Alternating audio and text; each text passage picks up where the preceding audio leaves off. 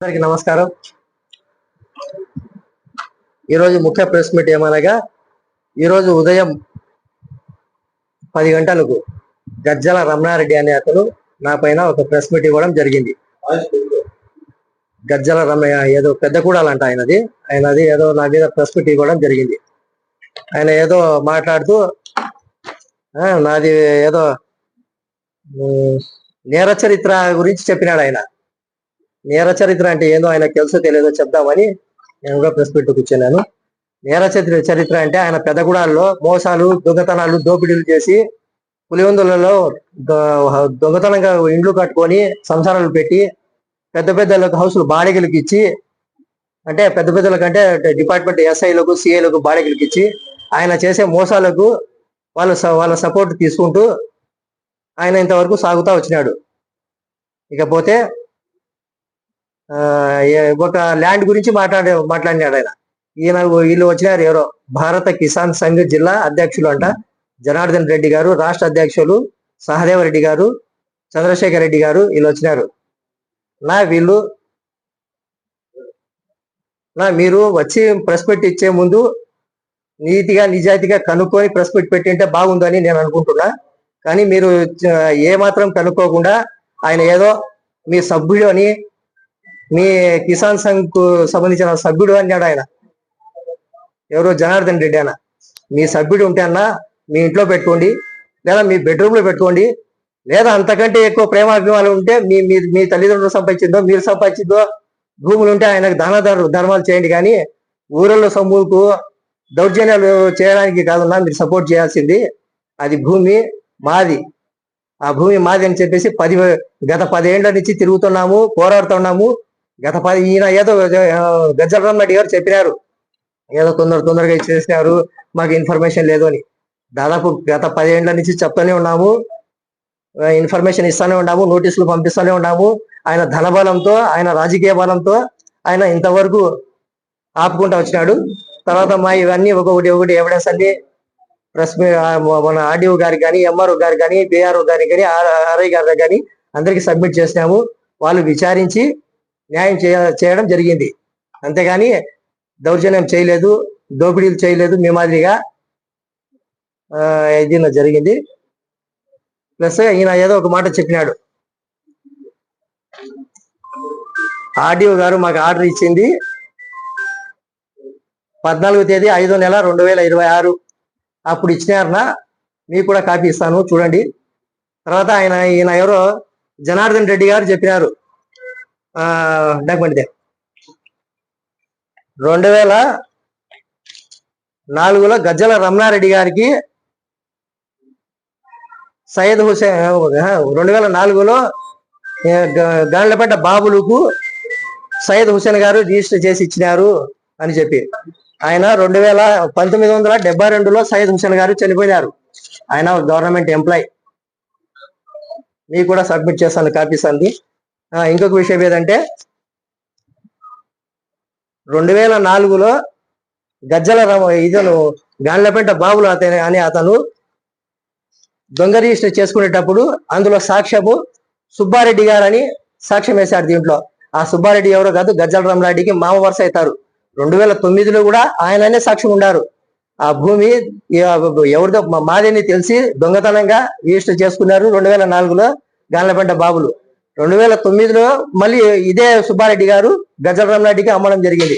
అప్పుడు ఆయన ఎవరైతే రిజిస్టర్ చేసి ఇచ్చినాడో గాండ్లపేట బాబులు, వాళ్ళ భార్య గారు అరసారంట వాళ్ళకు, వద్దు ఇది మాది కాదు భూమి, ఎందుకు అమ్మినావు నువ్వు, మాకు సంబంధం లేదు ఇది, ఎప్పుడైనా ఇది రిస్క్ వస్తుంది అని చెప్తే ఆయన మళ్ళా గాండ్లపేట బాబులు అనే అతను రిటర్న్ అమౌంట్ ఇస్తే ఇవ్వను పోతే ఇంటికాడికి, ఇవన్నీ నాకు తెలుసులే నేను చూసుకుంటా, వద్దు పో నేను చూసుకుంటా పో అని చెప్పి బలవంతంగా డబ్బులు ఇచ్చి ఎన్నికి పంపించడం జరిగింది. ఆ తర్వాత 2009లో ఈయన చేసుకునేటప్పుడు కూడా 5.5 లక్షలకు కొన్నాడు 3 ఎకరాలు.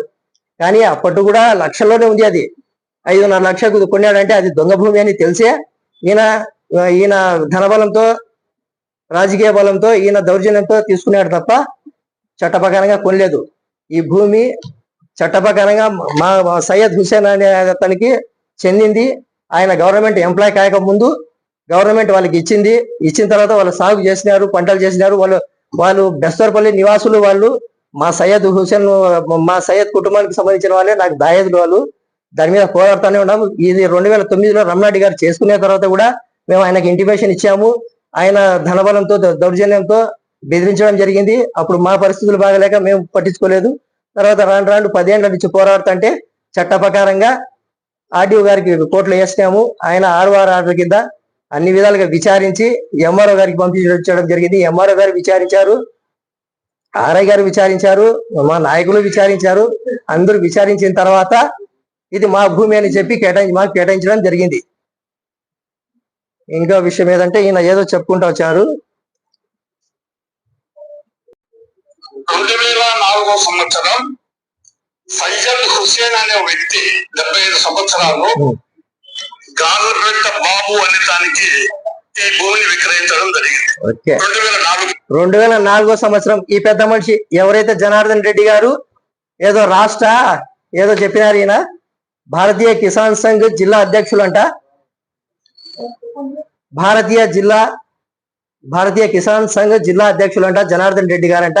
ఈయన చెప్తున్నారు, అయ్యా పెద్ద ఆయన 2004లో సయ్యద్ హుసేన్ గారు బతికి లేరు. ఆయన 1972లో చనిపోయినారు. ఆయన చనిపోయినట్టుగా డెత్ సర్టిఫికెట్ కూడా మా దగ్గర ఉంది. చనిపోయిన వాళ్ళకు బ్రతికించడము మీ సంఘం తరపు నుంచి, మీ సభ్యుల తరపు నుంచి ఏమైనా మీరు చేస్తున్నారేమో, ఇట్లా దోపిడీలు దొంగతనాలు చేసి మీరు ఇట్లా చేసుకుంటున్నారు, ఇది కరెక్ట్ కాదు. మేము చట్ట ప్రకారంగా పోతున్నాము, చట్ట ప్రకారంగానే చేసుకుంటూ పోతున్నాము.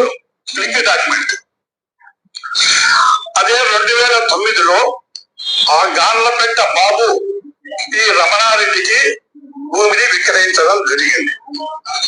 ఆ భూమి విక్రయించేటప్పుడు ఎటువంటి లీకేజ్ అని కానీ ఇది కాదు కానీ ఎక్కడా లేవు. ఇచ్చిన కారణమే కదా జరిగింది. ఒక్కతోటి అందరూ ఆలోచించవలసిందిగా కోరుతున్నా. ఈ విధంగా రమణారెడ్డిని ఈ విధంగా రమణారెడ్డికి ఏడిపించడం జరిగింది అంటున్నారు ఈయన పెద్ద ఆయన జనార్దన్ రెడ్డి గారు. అయ్యా జనార్దన్ రెడ్డి గారు, మీ గజ్జల రమణారెడ్డి గారు చిన్నపిల్లడు కాదు, పాలు తాగడం లేదు. ఆయనకు చాలా మోసపూరిత బుద్ధులు ఉన్నాయి. ఆయన చాలా పెద్ద మోసగాడు, పెద్ద చరిత్ర గలవాడు. ఆయన గురించి అందరూ చెప్తున్నారు. ఆయన పెద్ద మోసం, చిన్న పిల్లడు ఏం కాదు. ఆయన బెదిరించడము చేయడం అవన్నీ మా చేత కాదు, అవన్నీ మీకు చెల్లు. 16 సంవత్సరాల కిందట రమణారెడ్డి కొంటే ఇంతవరకు ఎవరు కాలేదు. మాకు దాని మీద హక్కు జరిగిందని ఈ దినం వస్తున్నారు. ఎందుకు అక్కడ మెడికల్ కాలేజీ పడింది, ఆ భూమి విలువ పెరిగిందని చెప్పి ఏదో కౌలుకి ఏదో ఇవ్వకూడదు అంటున్నారు. ఆయన ఏదో చట్ట ప్రకారంగా ఆయన అప్పట్లోనే ఇది చూపిస్తున్నా చూడండి మీకు. 1966లో ఈయన కౌలుకు ఇచ్చినారు ఒక రైతుకు. ఇచ్చింది ఎవరికి? ఆయన దుర్దేగ సంఘం సంబంధించిన ఒక వ్యక్తికి 99 సంవత్సరాలు ఇచ్చినారు. ఆ లీజు ఉండగానే వీళ్ళు దొంగతనాలకి పాల్పడ్డారు. వీళ్ళకి సంబంధం లేని వ్యక్తులు వీళ్ళు. మధ్యలో 99 సంవత్సరాలు ఇచ్చినాక మాకు టైం ఉంది కదా అని మేము గమ్మ ఉండాము. ఆ మధ్యకాలంలోనే ఆయన 72లో చనిపోయినాడు. ఆయన గవర్నమెంట్ ఎంప్లాయ్ కాబట్టి ఎక్కడెక్కడ ఉద్యోగాలు చేసుకుంటూ ఎక్కడెక్కడో ఊర్లలో ఉంటాడు కాబట్టి వాళ్ళ పిల్లలు కానీ ఆయన కానీ గమనిస్తూ పోయినారు. చూస్తే 2004లో ఒక దొంగ డాక్యుమెంట్ సృష్టించినారు కాబట్టి అప్పటి నుంచి ఆయన పోరాడుతూనే ఉన్నాడు. 2009లో కూడా మా దగ్గరికి వచ్చినాడు. కానీ మేము మా పరిస్థితులు బాగాలేక చూస్తాంలే అని చెప్పి గమ్మ ఉన్నాము. 2009 నుంచి పోరాడుతూనే ఉన్నాం. ఆ విషయం నీకు తెలుసు రమణారెడ్డి, నీ బంధువులు కూడా తెలుసు. నీ బంధువులు కూడా నీ గురించి చెప్పిన వాళ్ళే. నీ ద్వారా నాకు కూడా మెసేజ్ వచ్చింది, ఇట్లా మా వాళ్ళ దగ్గర పోయినావని. నీకు అన్నీ తెలుసు. నీకు తెలిసి నువ్వు దొంగతనం చేసినావు. ఎవడైతే నీకు 2004లో చేసుకుని నీకు 2009లో చేసినాడో ఆ వ్యక్తిని నాది కాదు ఇది భూమి అని స్వతహాగా ఆయన వచ్చి స్టేషన్లో కానీ, సిఐ గారి దగ్గర కానీ, ఎస్ఐ గారి దగ్గర కానీ, ఆర్డీఓ గారి దగ్గర కానీ, ఎంఆర్ఓ గారి దగ్గర కానీ, ఆర్ఐ దగ్గర కానీ, వీఆర్ అందరి దగ్గరికి వచ్చి స్టేట్మెంట్ ఇవ్వడం జరిగింది. ఇది నాది కాదు భూమి, నాకు సంబంధం లేదు, ఇది మేమిచ్చింది ఎవరికి అంటే అప్పట్లో 1966లో ఇచ్చింది పోతూరు